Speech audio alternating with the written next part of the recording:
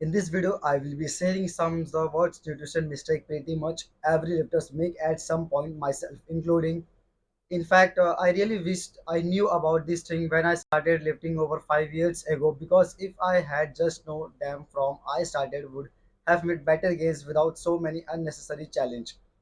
Alright, the first mistake most people makes it's thinking they would can force feed muscles growth. You cannot. I think a lots of people see pro bodybuilders eating 5,000 plus calories diets and assume that if they also want to big, they need also eat big. There are many to kernel of truth to this some lifters, but in reality, it's a bodybuilder. Any sorted are often unreliable. That's because pro bodybuilders have world class genetics, have really been trained for a decade or more, large almost away thinking taking large dose anabolic steroids and hard work results coming from the facts they will eat big and combinations of other facts. Now the reason I say you cannot feed muscles growth is study consistently so that when you feed someone with a large calorie surplus, they gain this spontaneity for fat. They do muscles. This is true even if they really waiting training in 2023 study about grad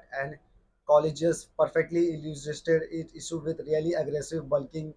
This research split 47 elite athlete into the group of athlete relative large calorie surplus and one groups ate in a relative small calorie surplus. The last surplus group end up eating 6 to 1 more calories on average. Both groups follow the same weight training programs from 10 weeks and 10 weeks. This is what they found the group eating in the large calorie surplus did predictably gain more weights. They also gain in teeny bite more lean mass too. It did not reach statistical significance, but the difference was amount of fat gained. The large surplus group gained much more fat, and the small surplus group. So eating the extra calories did not lead to substantially more muscles gain, but it lead substantially more fat gain. This some basics finding were collaborating by a later 2019 study was lead except in the field described nutrition as having a passive role in a muscles building and other words your diet permit muscle growth to occur in does not cause muscles growth to occur your cannot force feed muscles growth in it will tell the muscle to grow nutrition simply supply the buildings block. If you think your body like a big building, you can think in your training programs and blueprint and the construction crew, and you can think your nutrition the bodybuilding nutrition blocks. Then you need the just pills up at to just sit the muscles you have built, and this is what left over fat. So when looking to build muscles, most lifters should be eating somewhere in this range, but middle being maintenance calories, like number of calories you need to maintain your weight. You want to gain muscle faster and more comfortable with some fat gain, you can put yourself 10 to 220 or surplus. If you like to do lean bulk, smaller 5 to 10 percentage surplus would be better. And if you are trying to prioritize fat loss while still bulking, building muscles, and slight calories deficit in this zone would be better. Now, to be clear, I'm not saying the aggressive bulk are necessary a bad thing. So-called dreamer bulk have becoming something of the rite of passage in the lifting. And despite what the short-term grad study found in my coaching experience, I have found that more aggressive bulks to tend lead the most and gain over the terms. Aggressive bulking will be also help you like take up more total space, allow beer would be then can also make your lift like deficient and difficult. Next time you want to down to my coaching experience, just being what if you're most people now I am planning on doing about full video about substantive bulking similarly to that I recently did substantive fat loss. I will say rest my bulking suggestion for videos. Okay, that's the second mistake most people make it not realizing the most supplement are overrated now. There are a few supplements that actually do the creatine, caffeine, and protein powder are the tops of the short list when it's come to building muscles.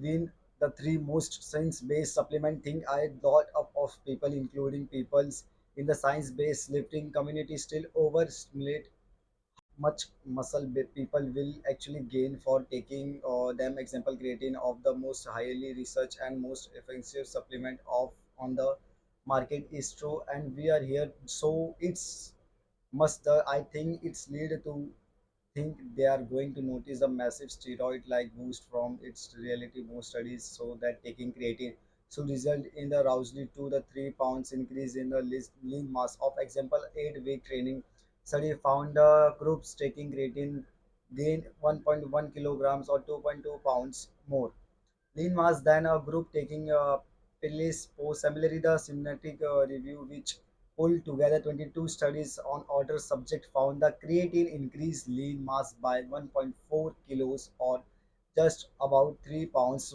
more the placebo. And those studies range from 7 weeks to the full year. In the length, again, it is not that creatine does not work. It clearly does in 2 or 3 pounds of lean mass in slit significant its solid increase and given the relative cheap price point of simple creatine monohydrate it's definitely worth taking in my opinion. However, compared to bodybuilding steroid cycle which can add upward 10 to 20 pounds of lean mass and just a month or two, it's also worth temporary your expectation. Caffeine also supplements and personally use if as a significant research supporting the efficiency for strength, power, and muscular endurance. Caffeine can definitely give a man dental boost before in training and anecdotally to find a better workout. However, the research as whole is not particularly exciting when it's come muscle specifically. Again, it is not caffeine does not work in your important to temper your expectation. Pre-workout caffeine is the only one able to get up the wood coach up through the gym dose. Then would be having a huge behavior impact your gains. But if you are going to train everywhere, the muscles gain you are see specific and the result of caffeine supplementation is nothing astronomical. Lasting protein powders and is a supplement is often to recommended that a large amount of scientific literally supporting its use to muscle growth. Protein powders are very convenient and can make hitting your daily protein target easily. However, if you are able to hit daily protein target, high protein foods alone protein powder would not provide to extra gain. So as I see its protein powder simply provide a very convenient option for getting in some high quality protein, but it's not a magic, it's just a food option. And again, I personally take all three supplements and I recommended that them any serious lifter you can budget them, but further it's further are down listing supplements and get less and less promising. The third mistake most people make in thinking you need